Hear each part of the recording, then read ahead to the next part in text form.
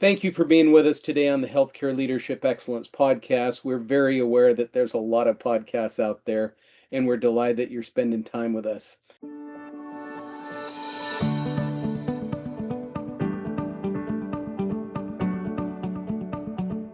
This is going to be a very rewarding few minutes. As always, we go longer than we're supposed to. But we have a fascinating guest with us today. He is CEO of his own company, um, Pioneer Medical Group out of Florida. What makes this valuable, though, and I really want us to pay attention to this as we go through the interview, you cannot lead well if your values off of work are different than the values you purport to have in work. And just in our pre-call hearing, the international loyalty that this gentleman and his family exhibit toward family members, who wouldn't want to be led by someone who has those depths of value? So as we go through today, I want you to be thinking, this is to our listeners, about how your values outside and inside the work are parallel. Dr. Irfan Ali, thank you for being with us today. I can't wait to get into our questions, but I just want you to give our listeners a brief background of who you are and how you got to come with us today. Thank you so much, Carl. It is humbling and an honor to be over here.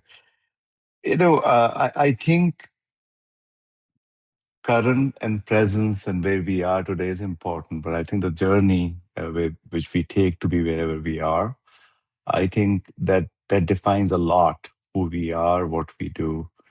As some of you may already know, I have a very humble beginnings. I come from Pakistan. I used to run a charity organization back home during my medical school, and after finishing medical school, due to some circumstances, I had to leave the country and came here. I started in Chicago, though I was already a physician, but I didn't have my medical license. So I started over there doing some research in the morning. But for the majority of my life in Chicago, for the next 3 to 4 years, I was carpet cleaning. I was doing pizza delivery. I was at one time even every 3 to 4 months go and volunteer myself for a bone marrow biopsy. It would give me $150. So I think that whatever it takes. So I believe firmly in hard work, dedication, and you got to do whatever you are doing, but you have to do it the best way you can. From there on, I was blessed. I got into Harvard. I did my radiology training over there. Later on, I went to UMass. I did my internal medicine. I also spent some time in Japan learning about Toyota production system, how to improve processes, and then came back to Florida. And I think that all of my whatever little success, again, success itself is a very broad way of thinking about things. But whatever little success I have, I think it is based on the core principles that I believe in, the core values that I believe in, and also making sure that I'm disciplined in how I do things. And I like to do a few things, as you know, apart from running few healthcare companies. I'm an artist. I'm a writer. And I like to explore new things. Today, we provide, other than hospital medicine, critical care, neurology. We have a few other healthcare companies that we work on. We work on leadership trainings. Also, one of my biggest thing is that how to have how to think critically, how to think differently, but keeping your core values in what we do. So this is in short what I do, Carl. Excellent. So I want to dive in here, especially on the discipline. So I want to go back a bit. Here is someone who's come to this country. You're a physician. You have the right training, but because of laws and licenses, you're delivering pizzas and cleaning carpets. And then I hear Harvard, I hear UMass, I hear Toyota training in Japan. What was the thinking that you had to keep in focus to make sure that the discouragement of yet another hurdle didn't overcome you? I mean, this is huge. So Carl, it may be huge, it may not be, right? I think that my story may have some highlights, but your story has a similar highlights. It's just different. It is not great. It is not. But I think it is important to learn about, learn from other people. At the same time, just making sure whatever you're doing, don't expect that you will be successful. You are going to fail, and whenever you fail, I think that the time between the two failures gives you a certain perspective. It gives you a certain perspective. It increases it gives you courage memories. It makes sure that you learn. You start using those failures as a data point and see what you can work with those data points and come to a different result. Otherwise, the result is pretty much going to be the same. I think that there are a couple of things I feel are extremely important. Discipline is very important. Discipline is misunderstood. Sometimes people think discipline is intensity. It is not. Sometimes people think discipline is motivation. It is not. Discipline is a structure in the absence of emotion. I think that we need to make sure that anyone can work hard. The guy who puts the bricks on the wall probably works harder than I do. I think that working smarter, I think, is important, but it's working smarter, keeping your values, your integrity together, right? So you can find a person who is a hard worker, who's curious, two big things that you need to have, but then you need to have the integrity to do it right. Right. And I think that if you have some of these things, if you have a discipline of thought, if you can understand time and time management, that you can do multiple things. And I will end with this one over here that society has taught us to be just one way. There are boxes for all of us. The CEO has a box. They have to wear a certain suit. They have to act a certain way. They have to be strong and powerful, indestructible, like robots, not emotions, no vulnerability. They have never failed. But I think that when you come up with humility, you come up with compassion, and you think globally. For example, when you look at Benjamin Franklin, right? Benjamin Franklin was not just an emissary. He looks at lightning and he say, "Oh, there is something there. Maybe I can do something with it." When he looks at the tides and the currents, he see a pattern there. When he think about when you think about Steve Jobs, he's not a computer guy. He used to be design, aesthetics. When you think about Leonardo, he was not just a painter, scholar, philosopher, building machines. So in the past couple of 100 years, you and I have asked to be, we can only be a doctor. Of course, the knowledge requires more now than maybe 100 years ago. A barber was a surgeon at the same time, right? But now I'm a doctor of this pinky, not the thumb, right? And it That's is needed. I'm not, subspecialty. I'm not minimizing it, but I think if we open our minds that I am just not it. I want to learn more. I want to learn physics. And I want to learn philosophy. I can. I just don't have to. I just need to preserve time to do it. But I will not be defined by just by my degree or where I come from or what my background is. I'm going to explore my dimensions, and then you will uncover a lot of things, some great things and some horrible things. Uh, that's how you develop. But you have to be honest with yourself. I have this device every day in the morning. I'm trying my level best to avoid late meals, right? Every day in the morning, I have to click on this device. Was I able to avoid late meals? And every time I click no for a second, I want to click yes, because at least the dashboard would look good, right? This is the honesty you need to have, that what you have control over, what you don't. It's a Yeah, long answer to your short question, but I think that that is important. absolutely. My next question as we go along this line of thought, how many people do you have in your organization?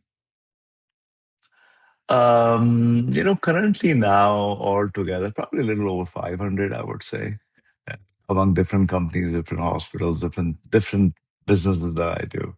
So, how do you encourage people? Because another thing we talked about in our pre-call was having that lifelong learning path, being curious.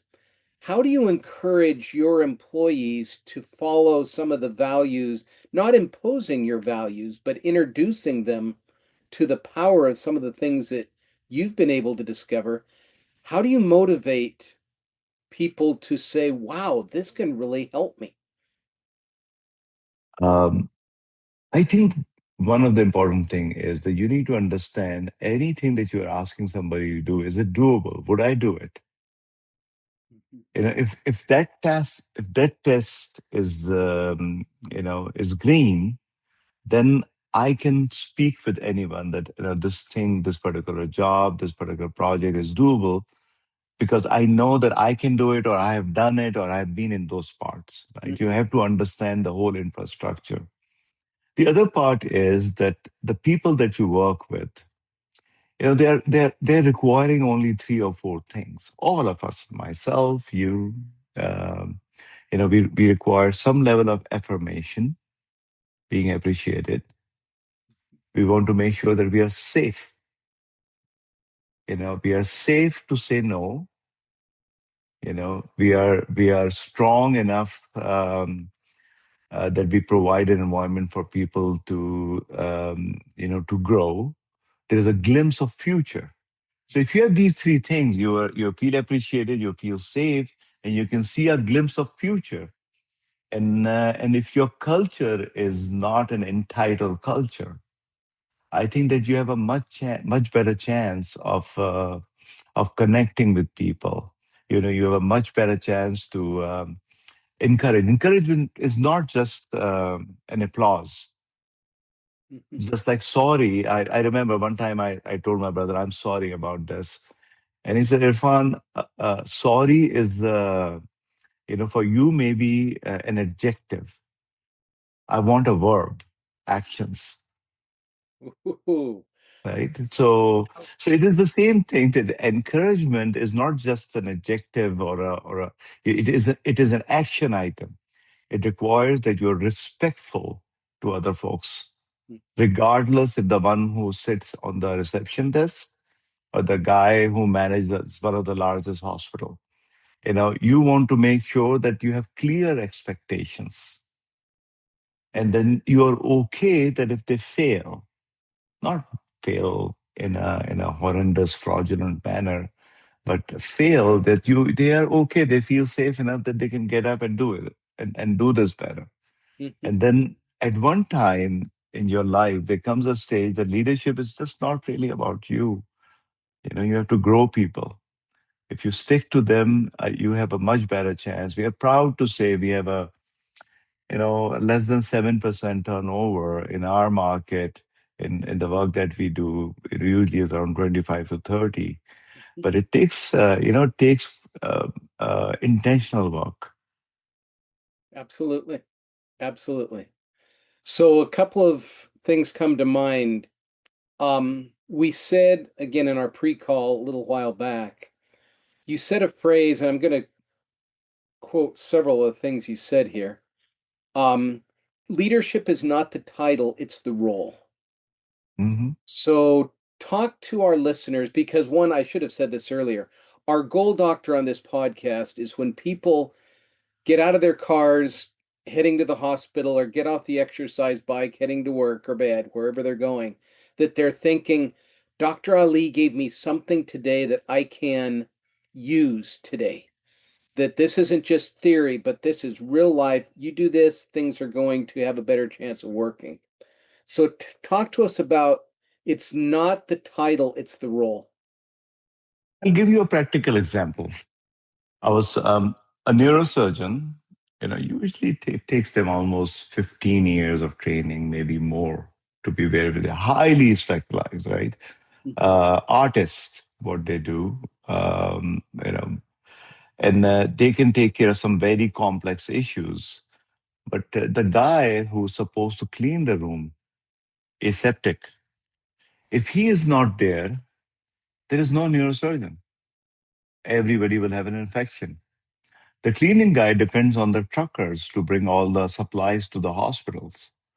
If they are not there, there is no neurosurgeon, right? So sometimes we get stuck on the. I was just talking to a leader yesterday. I remember that we were having this discussion. He's the vice president of a large organization, and he called somebody, and the discussion went south. And he goes, "Do you know who I am? I am the vice president of." And the other guy goes, "What do I care?" Right? So MD, CFO, CEO, CNO, CTO, all these titles are great, but if we don't understand, we are just a small gear in a large machine. And all of us together mean something. If I am in a room by myself, worth nothing, right? So we have to forget the titles as much as we need to understand the roles. If we just do our roles right, if we understand the significance of our role, whatever it is intellectually may be weighed differently, but on the basis of labor, it is equivalent. The art of making a shoe, the art of making the cobbler, the things that they know, you and I will not be able to walk today. Yeah. So I think Well said. understanding those roles at Mhm. every level, it makes other people uh, feel good about themselves, that you value what they're doing, and you taking a pause, appreciating what you're doing, not just for the show, not because we read it in a book or but I think that if we practice this again and again, and even if we don't have it intrinsically, eventually it overpowers you. It will make you that person. And I think that is one of the biggest thing that I feel, that acknowledging people, where they need to be, that roles is something important for sure. And it goes back to what you said, appreciation, safety, glimpse of the future. Glimpse of the future. Yeah. Glimpse of the future. I had an opportunity the other day. I had coached a person up here in the Northwest, and he had taken a job later in another state. And I had a chance to visit him last summer. And he just invited me to go on rounds with him. He's chief operating officer of his hospital. And doctor, it was just this, and this guy, you could not have a more humble person on the planet. I mean, completely welcoming. I mean, just not, there's no ego with this person. And yet, as I walked with him for about an hour on rounds, it was on the Friday before a holiday weekend. There weren't a lot of people there, but there was staff, obviously. The hospital was still running. And every time he came into the room, you could see people's faces light up. And he Yeah. was only in about his fourth month at the time. So he Yeah. was still getting his feet wet. He shot me a text the other day saying, I just wanted you to see this. His little community hospital in this rural area had Uh-huh. blown everyone else out of the water on their engagement scores, their satisfaction scores, on all these high performance measures. This little place. And I just have to think it goes to exactly what you're saying. I mean, we walked by two security guards. He said, Carl, hold up. Call him, this is John. John is an all-star for us. John, how long have you been with us? And, John says, and you can tell he's a little taken back by this cheerleading. And, John, thanks for being with it. I know it's 4th of July weekend, but, you just make this place run. Yeah. And he's off down the hall to do this to somebody else. And you just Yeah. can see John float down the hall because his Yeah. boss knows Yeah. his name Yeah. and talks him up to someone he'll probably never see again. Yeah. I just, and cause and effect. That was July. It is. It is. It is. Carl, I mean, our corporate culture is run in a way that if I say love, if I say kindness, no, that is not a corporate lingo.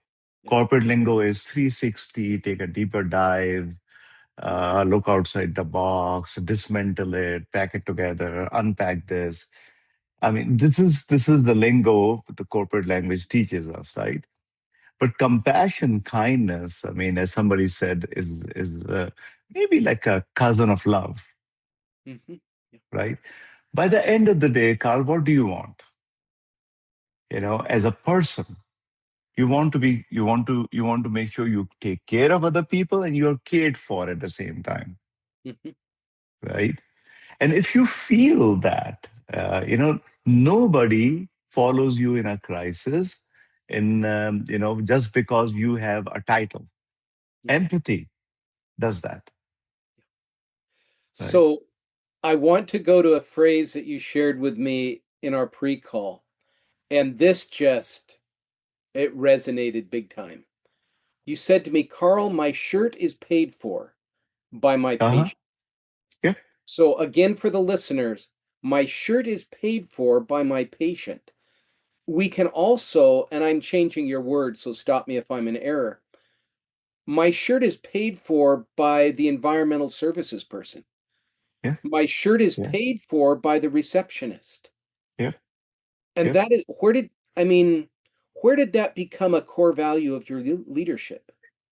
Well, Carl, if you invite me for dinner, you pay for my dinner. You give me desserts. I eat all of this stuff, and then I just turn around and walk away. I don't say thank you for what you did for me, right?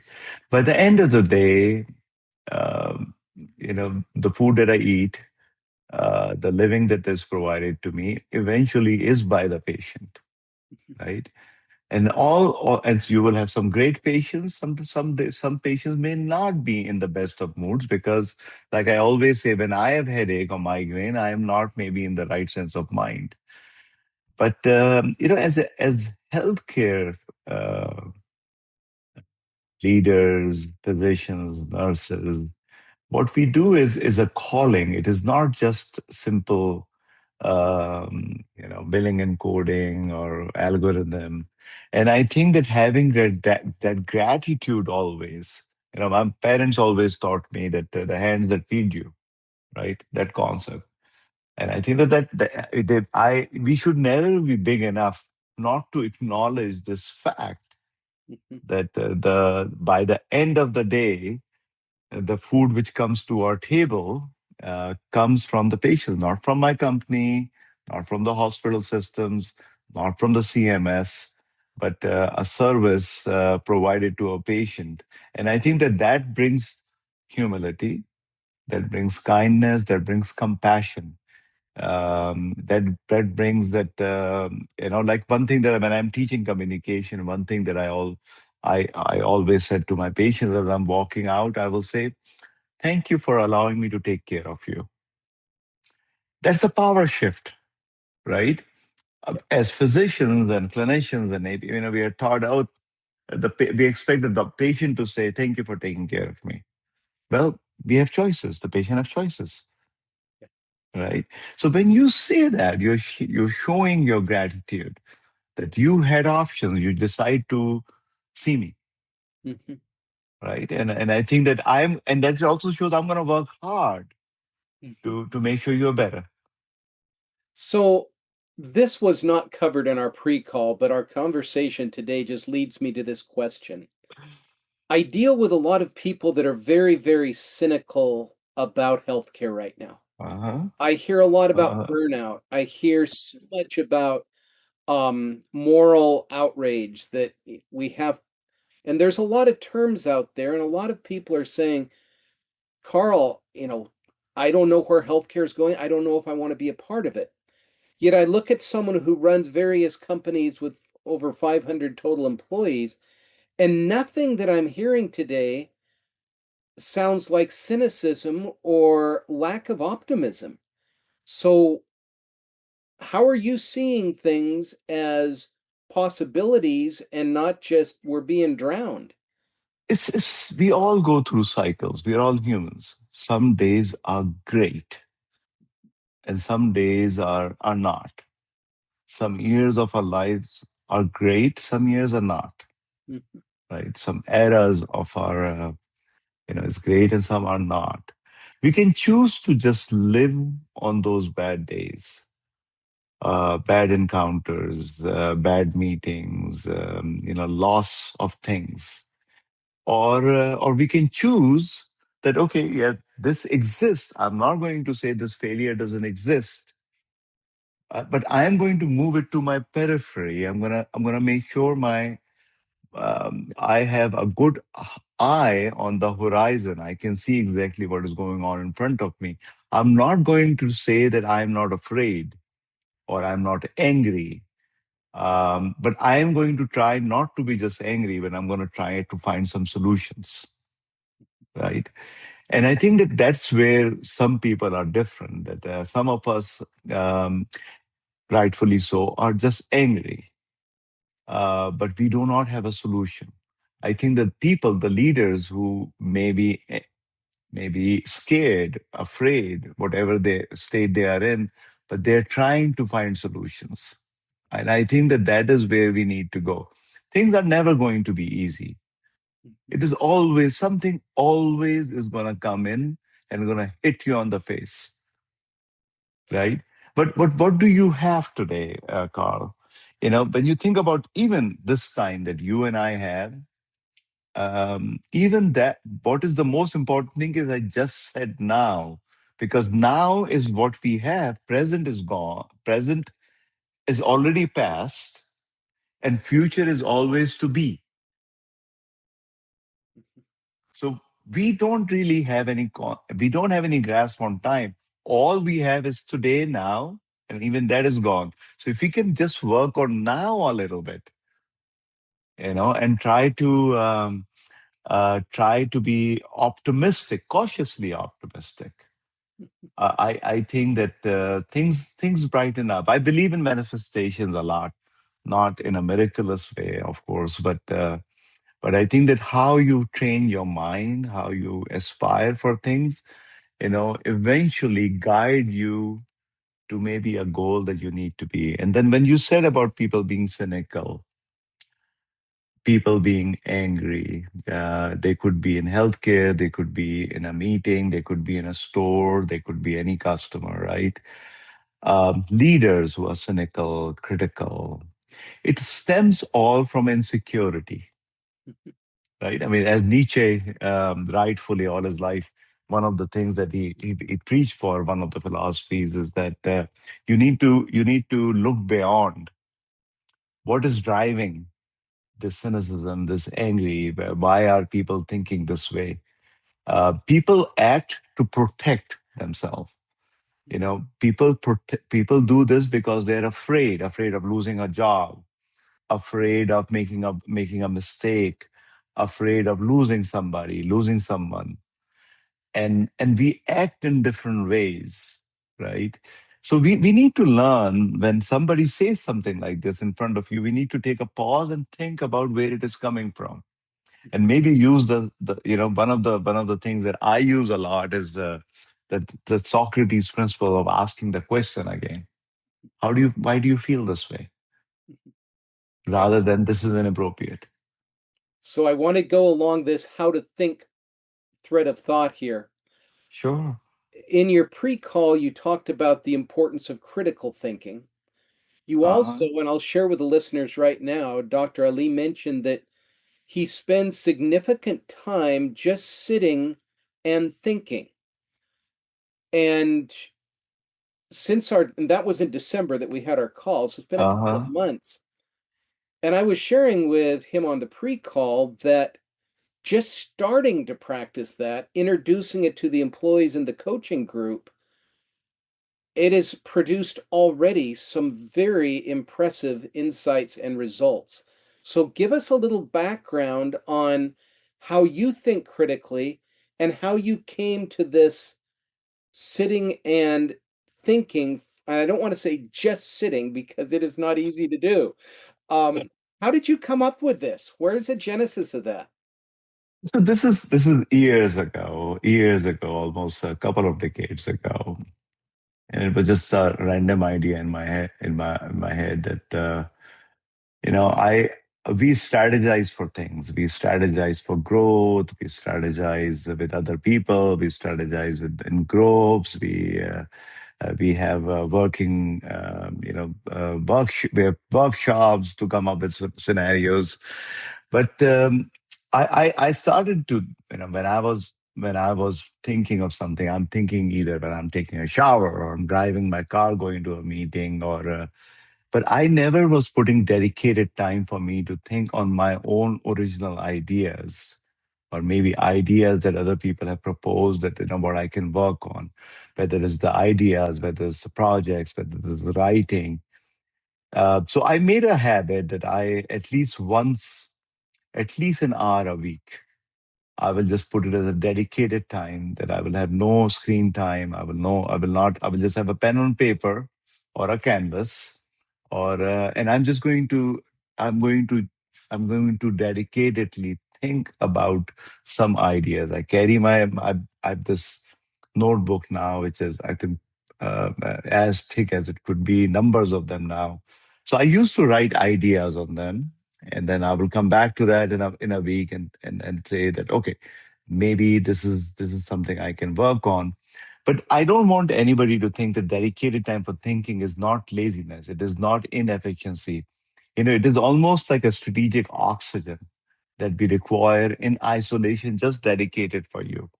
As executives, we are coordinated to react, pages, emails, meeting, escalations, staffing gaps, etc., etc. The system rewards you for responsiveness, but leader requires something deeper than responsiveness. It requires reflection, and a reflection on your week. We are always thinking about a meeting ahead of us. We don't spend time thinking about the last week, all the meetings that I did where I underperformed or I could have done better. If you do not create protected time to think, you'll spend your career solving yesterday's problem instead of shaping tomorrow's reflection. I think the difference between activity and clarity comes in when you create some time of stillness. I think it helps. Why do we go on a vacation? We go on a vacation to take a pause, right?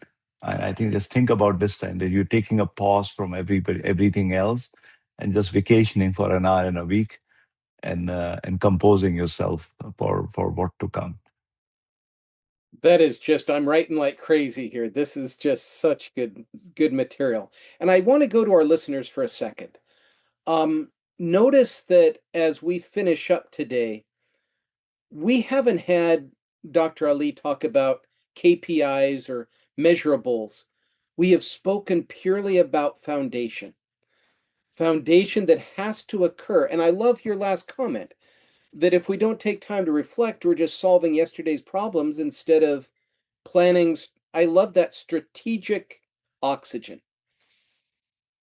And that is so good. And I say this not to embarrass you in any way, doctor, but to our listeners, remember this is someone who could have easily at many times said, "Ah, not so much. That things are stacked against me." Mhm. And yet chose not to be cynical, chose to be strategic, chose to be disciplined. And in my view, it's based a lot of this is based on that deep gratitude of my shirt is paid for by my patient. It So, is. It is. listeners, just please, this is a rewind one. Go back to the start, listen to it again, take good notes, because this is a game changer. Doctor, as we wrap up today, anything that we should be talking about? Well, I mean, I love to discuss some of the thoughts which I've learned, which I have learned from other folks. In one of the things that I in my book Fractured but Fearless, I mentioned that time preservation is when we think about this, don't think about this anything but a non-negotiable asset. Just like a capital allocation or recruitment planning, it needs to be protected. Preserved, not finding time, two different things. The other thing I wrote over there is that it provides you with some emotional clarity. You can it can take away all the other variables during the day which comes to us: fatigue, frustration, fear, ambition. You have a level of clarity in those dedicated time. I would invite folks to connect with me on, go to my website, irfanalimd.com, or my Instagram account. And if anybody wants to connect with me, I would love to I'd love to answer any questions. But Carl, what you're doing is wonderful. What you're doing is great. I think these kind of discussions are vital. In this corporate world that we live in, we are more driven by policies and procedures rather than the philosophies and the mission that we all believe in. Absolutely. Thank you so much for taking time with us today. It's just been a pleasure to have you on. Thank you so much, Carl. I very much appreciate you.